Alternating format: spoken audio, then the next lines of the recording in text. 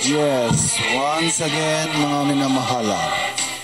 Tayo pinagpaanyaya na makinig sa banal na salita kay our brother Lauro Buduso nang walang bawas, walang dagdaga, walang pagkapilipit at walang sariling mapapaliwanaga. Ating pag-usapan sa araw na ito, ito po part 2 na ng Sabbath Day. Part 2 na ito, no? Nasa New Testament na po tayo kasi yung part 1, yun po ay sa Old Testament, no? Kung ano nangyari doon sa part 1, Old Testament. Punta na tayo sa New Testament. At ating malaman, hanggang part 3 po ito, no? Kaya ating pong alamin, no? Kasi doon sa Old Testament, sa part 1 ay bawal magpasan, no? Huwag magpasan kung Sabat. Kasi pag nakita ka na bumili ka, magpasan ka ng kahit anong gawa kung Sabat, papatayin ka, no? Bumili ka man, magtinda ka, kung ano man ang gagawin mo sa araw ng Sabat, ikay papatayin. Pero kung gagawin mo yon, ikay pagpalain ng Panginoon. Kaya yun ang Old Testament, no? Kaya titignan natin ngayon dito sa New Testament kung ano naman ang Sabat na kay Kristo. Sa Old Testament, bawal magpasan. Dito sa New Testament, utos magpasan, no? Pasanin ninyo. Kaya arinawa, no, tayo na magbasa na at una sa lahat ay wala o tayong layo na manakit ng damdamin o manira ng sinuman, kundi ito'y malayang kapahayagan ng mga salita ng Panginoon at ating alamin, no? Tayo po'y magsama-sama na ating alamin, no, ang mga katotohanan na galing po sa Biblia. No? Hindi po tayo naglaban nito na para makasakit lang ng damdamin o makapanira lang, no? Kundi ating alamin upang tayo ay mga ligtas. Tayo po'y magtulong-tulong, no?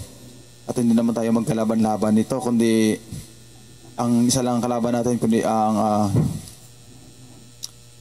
Satanas, no? Si Satanas, amo ng ating kalaban, no? Kaya tayo ay alamin natin ang katotohanan, no? Upang tayo mga ligtas, no? Sa New Testament, ang utos ay magpasan, no? Sa Sabbath Day. Kaya tignan natin, no? Mabasa na tayo ngayon sa 1, chapter 5, verse 1 to 18, no?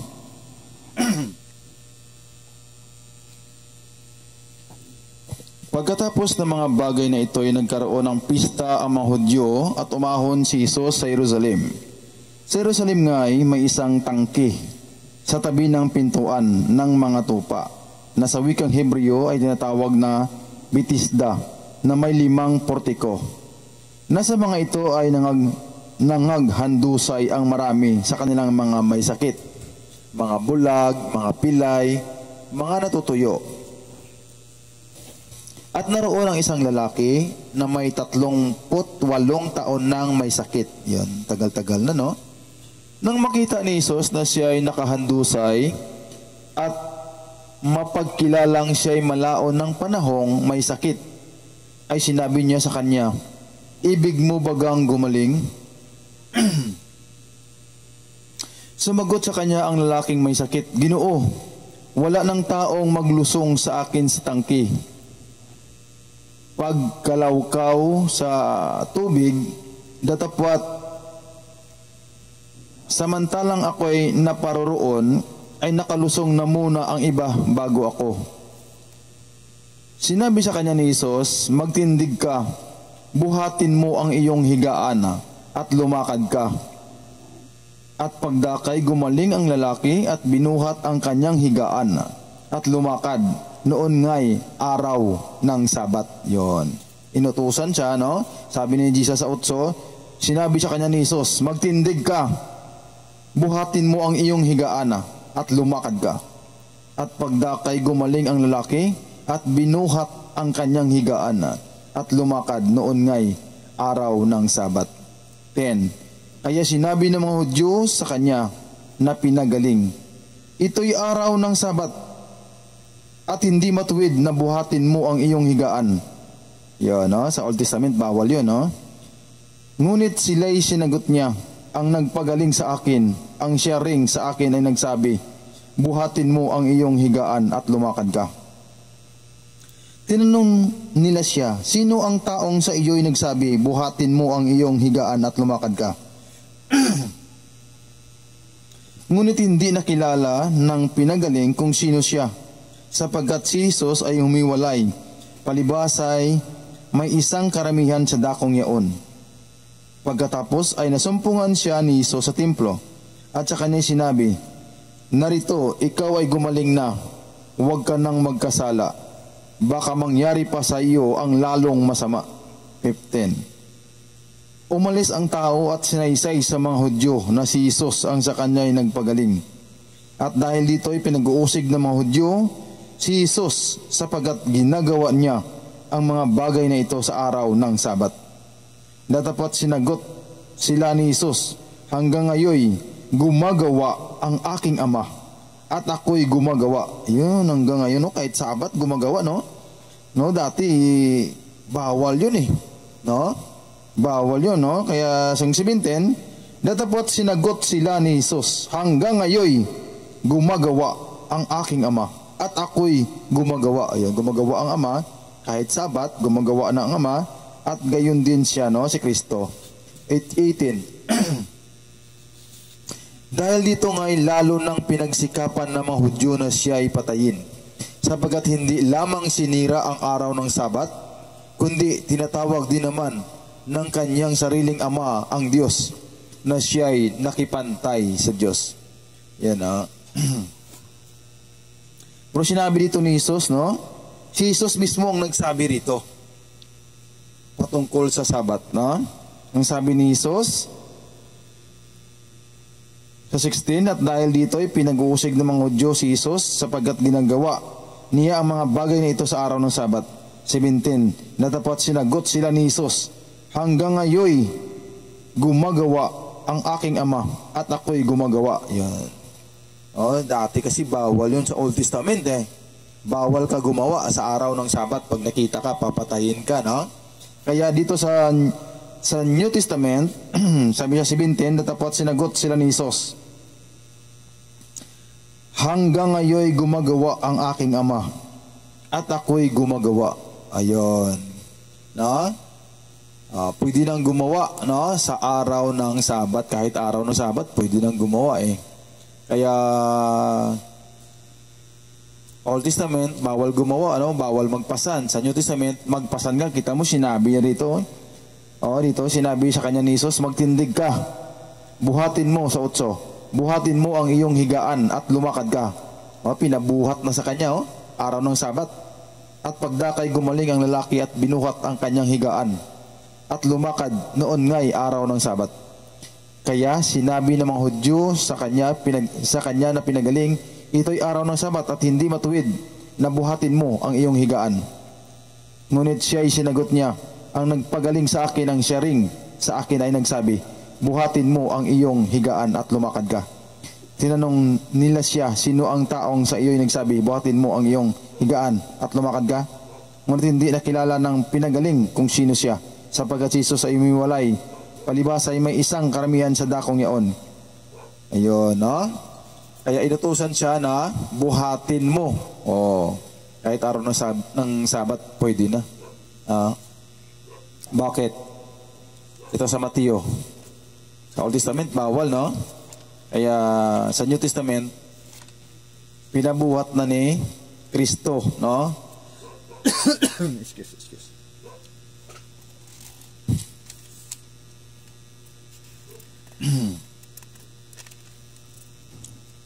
Sa Mateo 11:28-30.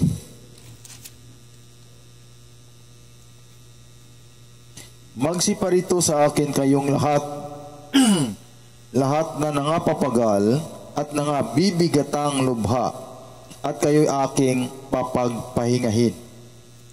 Pasanin ninyo," kita mo, inutusan na, no? Kanina, pinapasan niya dun sa ano ba yun, sa lumpo, no? Na pasanin mo, kahit araw ng Sabat, pasanin mo. Yun, ang iyong higaan. Sa 29, no? Mateo 11:29. "Pasanin ninyo ang aking pamatok at mag-aral kayo sa akin," no? Mag-aral tayo sa Diyos. "Sapagkat ako'y maamo at mapagpakumbabang puso, at masusumpungan ninyo ang kapahingahan ng inyong mga kaluluwa." Ayun, no? Ang kapahingahan nandiyan na kay Kristo, no? Ulitin ko. Mangagsipa rito sa akin kayong lahat na nangapapagal at nangabibigatang lubha, at kayo'y aking papagpahingahin. No? Kasi pag sabi rito, magsipa rito sa akin kayong lahat na napapagal at ano pa? At nabibigatang lubha. Kasi pag napapagal ka at nabibigatan, hindi lubha, hindi pa tayo magsilapit sa Panginoon. Kailangan pa talaga na magiging lubha. No, kahit katulad sa akin, no? Kasi pag hindi pa lubha, hindi pa talaga tayo malapit sa Panginoon, no? Ang sabi dito, ulitin ko, magsipa rito sa akin kayong lahat na nangapapagal at nangabibigatang lubha, at kayo'y aking papagpapahingahin. Yeah. Pasanin ninyo ang aking pamatok. Doon sa Old Testament, bawal magpasan. Pero dito, pasanin ninyo ang aking pamatok at mag-aral kayo sa akin. No? Mag-aral tayo sa Panginoon. Sapagat ako'y maamo at napagpakumbabang puso. At masusumpungan ninyo ang kapahingahan ng inyong mga kaluluwa. Ayun. Sapagat malambot ang aking pamatok at magaan ang aking pasan. Yan. Sa English, basahin natin. Mateo 11:28. No, kasi sa Old Testament bawal magpasan, no? No? Mateo 11:28. Come unto me all ye that labor and are heavy laden, and I will give you rest. Ang kapahingahan nandiyan na kay Kristo. Take my yoke upon you and learn of me, for I am meek and lowly in heart, and you shall find rest unto your souls. For my yoke is easy and my burden is light. Yon, magaan ang aking pamatok, no? Yon. Sa awit 118. Sa Old Testament, no? Bawal magpasan. Pag nakita ka nga may pasan-pasan ka, no? Talagang papatayin ka. Sa awit 118, verse 22 to 24. Ang bato na itinakwil na nangagtayo ng bahay ay naging pangulo sa sulok. Ito ang gawa ng Panginoon, kagilagilalas sa harap ng ating mga mata. Ito ang araw na ginawa ng Panginoon. Tayo'y mga gagalak at ating katutuwaan. Yan. Maganda siguro basahin natin sa English din, ha? 118. Tapos balik tayo doon sa Tagalog. 118 verse 22 to 24.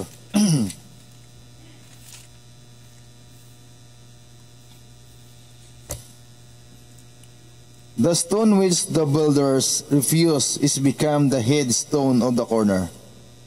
This is the Lord's doing. It is marvelous in our eyes. This is the day which the Lord hath made. We will rejoice and be glad in it. Yan, no? Isa natin sa Tagalog. Ang bato na itinakwil na nangagtayo ng bahay ay naging pangulo sa sulok. Ito ang gawa ng Panginoon, kagilagilalas sa harap ng ating mga mata. Ito ang araw na ginawa ng Panginoon. Tayo'y mga galak ating katutuwaan. Ayan. Thank you, Lord. No? This is the day that the Lord has made. Salyok 11:46.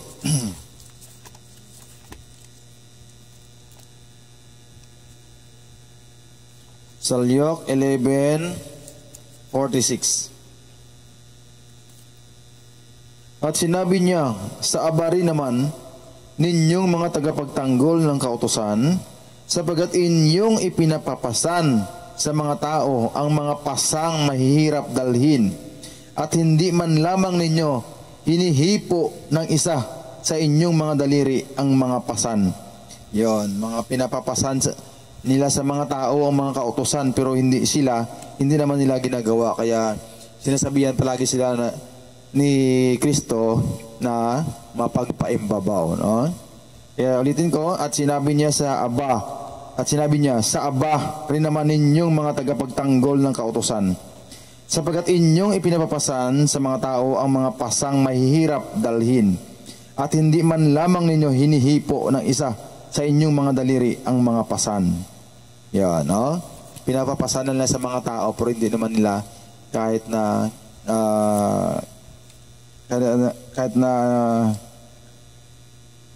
at hindi man lamang ninyo hinihipo ng isa sa inyong mga daliri ang mga pasan. Ayan. Sa Galatia 6:2.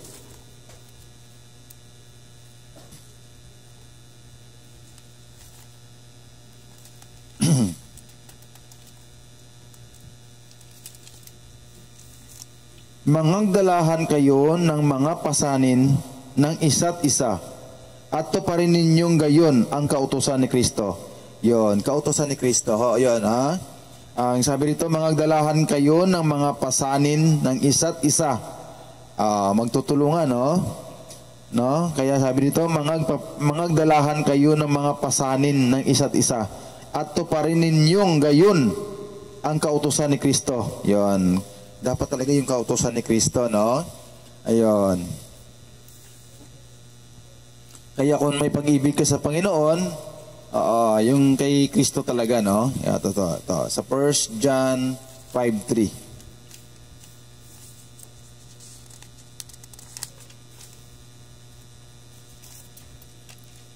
Sa 1 John 5:3, sabi rito, sapagkat ito ang pag-ibig sa Diyos, na ating to pa rin ang kanyang mga utos, at ang kanyang mga utos ay hindi mabibigat. Ayun. Kaya napansin nyo, no, na ang utos sa New Testament ay pasanin ninyo.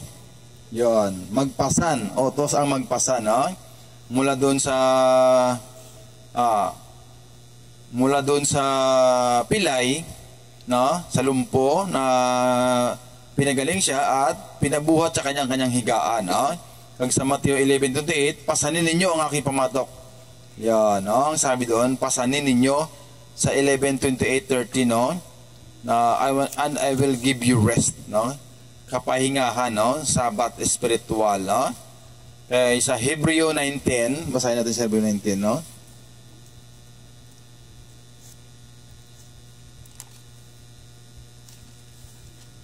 Palibas ay palatuntunan lamang na ukol sa laman, no? Na iniatang hanggang sa panahon ng pagbabago, gaya ng mga pagkain at mga inumin at sari-saring paglilinis. Yan.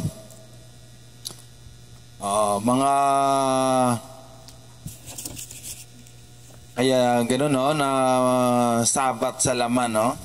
Kaya mga palatuntunan lamang na ukol sa laman, na iniatang hanggang sa panahon ng pagbabago, gaya ng mga pagkain at mga inumin at sari-saring mga paglilinis, no? Kaya yun ang mga utos, no? Mga palatuntunan lamang na ukol sa laman. At dito na po tayo, no, sa may Galatia 5:1. No, kasi doon sa Old Testament bawal magpasan, sa New Testament utos na pasanin ninyo, no? Di ba inutusan ngayon yung lumpo na tumayo ka at buhatin mo ang iyong higaan. Yan. Kag sabi dito sa Matthew 11:28, pasanin ninyo ang aking pamatok ay magaan. Sabi ni Jesus, no? Kag sa Galatia 5:1.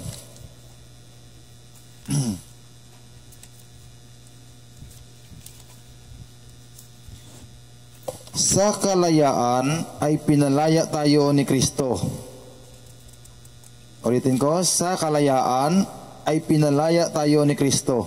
Magsitibay nga kayo at huwag na kayong pasakop na muli sa pamatok ng pagkaalipin. Yan. Kita nyo, sabi niya, sa kalayaan ay pinalaya tayo ni Kristo. Magsitibay nga kayo at huwag na kayong pasakop na muli sa pamatok ng pagkaalipin. Yan. Kaya sa Old Testament, no, sa Old Testament, magpasan. Yan, pasanin ninyo. Yan, ito may nangyari din dito sa Lyok, no? Ito yung mga may nangyari, no, sa Lyok chapter 6 verse 1 to 5. Sa Lyok chapter 6. Dati pag nakita ka talaga na gumagawa ka sa araw ng Sabat, papatayin ka talaga, no? Sa Luke chapter 6 verse 1 to 5. Nangyari nga nang dumaraan siya sa mga triguhan ng isang Sabat, ay kumitil na mga uhay ang mga alagad niya. O, kahit Sabat, gumagawa sila, o. Kumitil siya ng kumitil ang kanyang mga alagad at kinakain pagkaligis sa kanilang mga kamay. O, kasi sa Old Testament, papatayin kayo niyan, eh. Datapot sinabi ng ilan sa mga Fariseo, bakit ginagawa ninyo ang di matuwid gawin sa araw ng Sabat?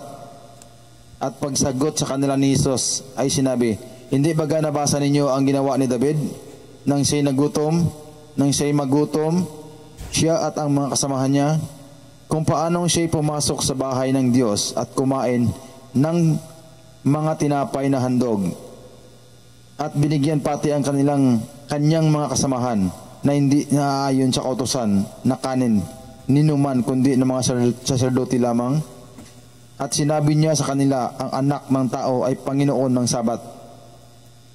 At sinabi niya sa kanila, ang anak ng tao ay Panginoon, Lord of Sabat, si Jesus. 6. At nangyari ng ibang Sabat na siya'y pumasok sa sinagoga at nagturo, at dooy may isang lalaki at tuyo ang kanyang kanang kamay. Ayan, no? Pero sinabi rito, si Jesus ay Lord of Sabat, no? No, gumagawa sila kahit Sabbath day. Oh, dati pag nakita kayo sa Old Testament, no? Baka mamaya ay magtatanong ka na naman, no? Balik ka na naman sa Old Testament. At sabihin mo na naman sa 10 utos, magpahinga sa araw ng Sabat. Ayun, ito na. New Testament na ho tayo, no? Na dati bawal magpasan. Ito na, yung Sabat, kahit Sabat, pwede na.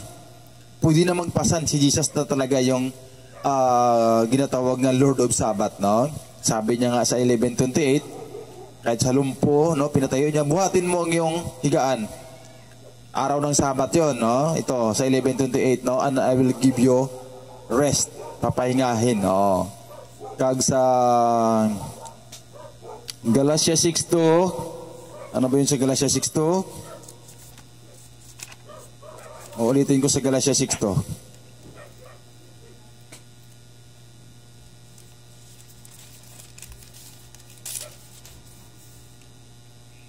Mangagdalahan kayo ng mga pasanin sa isa't isa at tuparin ninyong gayon ang kautusan ni Kristo. Yan, dapat talaga yung kautusan ni Kristo, hindi yung kautusan ni Moises, no? Kautusan talaga ni Kristo. Bakit? Kaya yun ang nangyari din kahit na Sabbath day, yun sabi niya ni Jesus doon sa may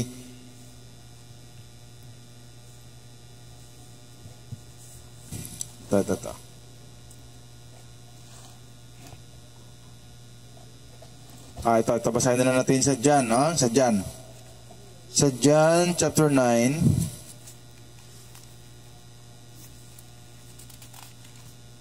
John chapter 9 verse 14 to 16. Araw nga ng Sabat nang gumawa ng putik si Jesus at padilatin ang kanyang mga mata. Muling tinanong naman siya ng mga Fariseo kung paanong tumanggap siya ng kanyang paningin at sinabi niya sa kanila, niligyan niya ng putik ang ibabaw ng aking mga mata at nangugas ako at ako'y nakakakita. Ang ilan nga sa mga Fariseo ay nangagsabi, ang taong ito'y hindi galing sa Diyos, sapagkat hindi nangingilin sa Sabat. Hindi nangingilin si Kristo sa Sabat, sabi ng mga Fariseo. Kasi gumagawa siya kahit Sabat eh. Datapot sinasabi ng mga iba, paano bagang makagagawa ng gayong mga tanda ang isang taong makasalanan at nagkaroon ng pagkabahabahagi sa gitna nila. Yan, no? Kaya iba yung naniwala, iba naman wala, no? Kasi doon pa rin sila eh. Doon pa rin sila, no? Kasi sabi doon sa binasa natin kanina, mga disciples sila hindi sila kay Kristo, no? Gusto nila maging disciple sila ni Moises, no? Sa 14, no? Babasahin natin sa 14. No? John 9:14, no? John 9:14. John 9:14. Ano? Ay, John pala, no? Sandali, no? 14:26 to 27. Ulitin ko na lang magbasa, no? John 9:14 to 16. Araw nga ng Sabat nang gumawa ng putik si Jesus at padilatin ang kanyang mga mata. Muling ang tinanong naman siya ng mga Pariseo kung paanong tumanggap siya ng kanyang paningin at sinabi niya sa kanila, nilagyan niya ng putik ang ibabaw ng aking mga mata at nangugas ako at ako'y nakakita. Ang ilan nga sa mga Pariseo ay nangagsabi, ang taong ito'y hindi galing sa Diyos. Bakit? Sapagat hindi nangingilin sa Sabat. Datapat sinasabi ng mga iba, paanong bagang makagawa ng gayong mga tanda ang isang taong makasalanan at nagkaroon ng pagkabahabahagi sa gitna nila. Nagkahati-hati sila, no? Kasi yung iba naniwala, yung iba naman hindi naniwala. Kaya gumagawa siya sa araw ng Sabat kasi dati talaga hindi po pwede yun, no? Wag kang gumawa, no? Sa John 7, 22, 23, kag 19. Ibinigay sa inyo ni Moises ang pagtutuli, hindi sa ito'y kay Moises, kundi sa mga magulang. At tinutuli ninyo sa Sabat ang isang lalaki. Kung tinatanggap ng lalaki ang pagtutuli sa Sabat upang huwag labagin ang kautusan ni Moises, nangagagalit baga kayo sa akin dahil sa pinagaling kong lubos ang isang tao sa Sabat? 19. Hindi baga ibinigay sa inyo ni Moises ang kautusan at gayon may wala sa inyong gumaganap ng kautusan? Bakit ninyong pinagsikapang ako'y patayin? Sinabihan pala sila, oh. Hindi baga ibinigay sa inyo ni Moises ang kautusan sa mga nagapati sa Sabbath day, no? Sineselebrate nila yung Sabbath na ang sabi rito, hindi baga ibinigay sa inyo ni Moises ang kautusan at gayon may wala sa inyong gumaganap ng kautusan? Bakit ninyong pinagsikapang ako'y patayin? No, wala may makagagawa doon sa kautusan, no?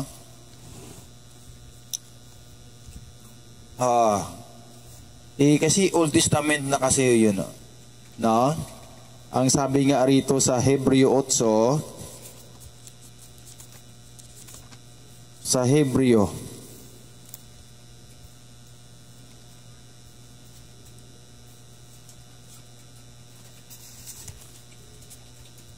8:7-8, Hebrew chapter 8 verse 7, 8 and 13. Sapagkat kung ang unang tipang yaon ay naging walang kakulangan, no, may kakulangan pala, no? Kaya kung walang kakulangan ay hindi na sana inihanap ng pangangailangan ang ikalawa. Sapagkat sa pagkakita ng kakulangan sa kanila ay sinabi niya, narito, dumarating ang araw, sinasabi ng Panginoon, na ako'y gagawa ng isang bagong pakikipagtipan sa sangbayan ni Israel at sa sangbayan ni Hoda. Ayun, no? Kag sa 13, doon sa sinasabi niya, isang bagong tipan, ay niluma niya ang una, datapot ang nagiging luma ay tumatanda, ay malapit ng lumipas. Yun, no? May mga kakulangan, no? Sabi dito sa 7:8, Hebreo chapter 8 verse 7-8, lundag sa 13. Ulitin ko, sapagkat kung ang unang tipang yaon ay naging walang kakulangan, ay hindi na sana hinahanap ng pangailangan ang ikalawa. Yun, marami kasing mga kakulangan, no? Kung itignan mo, no? Halimbawa, walang bautismo, ano pa bang mga aral na pag-usapan na lang natin sunod yung anong mga kulangan, no? Basta may mga kakulangan, no? Kaya sinabi kasi rito, sapagkat kung ang unang tipang yaon ay naging walang kakulangan, ay hindi na sana hinahanap ng pangailangan ang ikalawa. Sapagkat sa pagkakita ng kakulangan sa kanila, ay sinabi niya, narito dumarating ang mga araw, sinasabi ng Panginoon, na ako'y gagawa ng isang bagong pakikipagtipan, New Testament, sa sambayan ni Israel at sa sambayan ni Juda. 13, doon ay sinasabi niya, isang bagong tipan ay niluma niya ang una. Datapat ang nagiging luma at tumatanda ay malapit ng lumipas. Yan. Kaya, salamat sa Panginoon, Sa part 3, diyan na natin malalaman, Diyan na natin malalaman na kung ano ba talaga, Friday, Saturday or Sunday talaga ang pag-worship, Bukod doon sa araw-araw na pag-worship, Kaya atin ang malaman doon. Kasi una-una, tinignan natin yung aral ng Sabat, Doon sa Old Testament, inalam natin, ng sunod-sunod. Nung sunod-sunod na mga aral kung anong nangyari doon sa mga Sabat na yon. Hanggang sa New Testament, kasi dati bawal talaga yung magpasan ka, Makita ka lang pag nagpasan ka, papatayin ka kaagad, At kung gagawin mo naman yung araw na yon ay pagpalain ka ng Panginoon, Pero sa New Testament, nabasa natin na ito'y pasanin ninyo, magpasan, kahit nandun sa araw ng Sabat, yung lumpo, pinabuhat pa sa kanya yung higaan. Kaya utos ng Panginoon na pasanin ninyo, pasanin ninyo. Kasi si Jesus ay Lord of Sabat, Kahit na araw ng Sabat, si Kristo ay gumagawa, Kahit ang Ama niya ay gumagawa, Ayon. Kaya sa Hebreo 8, yung katapos natin binasa, chapter 8, verse 7, 8, and 13, dahil ang kautusan sa Old Testament ay may mga kakulangan. Kaya niluma niya, at malapit nang mawala. Kaya dito na talaga tayo sa New Testament, At tayo mga aral natin patungkol sa Sabat, tinignan natin yung aral doon sa una, sa part 1, Old Testament lahat yung binasa natin patungkol doon sa Sabat. At ito naman sa New Testament, tinignan naman natin yung mga aral patungkol sa Sabat. At sa part 3, diyan na natin malaman kung ano pa ang mga aral na ano ang pagsamba, ang pagtipon, kung talagang araw ba talaga ng Friday or Saturday or Sunday, Kasi yung iba sabi pag Sunday ka ay para kang nag-worship sa sun. Ayun, yun ang mga kwento, mga wala namang basihan, Kaya tignan na talaga natin sa part 3, Kaya harinawa, At tayo po yung magpasalamat sa Panginoon na tayo po yung nakatapos na naman sa part 2 ng ating pinag-aralan, sa araw na ito, Kaya kasi yung una, bawal magpasan sa New Testament, pasanin ninyo. Yun ang utos, Sa part 3, diyan na natin malalaman ang mga aral at mga ginawa ng mga apostol kung ano ba talaga ang araw ng pagsamba nila, Ano ba talaga? Friday, kasi sa mga kapatid nating mga Muslim. Sa Saturday, yun ang mga kapatid nating mga Adventista, Sa Sunday, yun ang mga sinasabi nilang nagsamba daw sa mga araw. Kasi Sunday worship.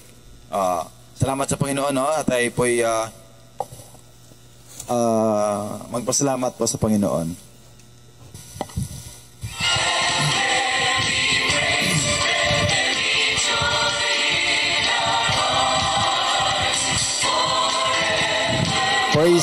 Praise God, Salamat sa Panginoon, By the Church of Jesus Christ, the Lord and Savior, the Remnant, ang nagsasabi. God bless everyone.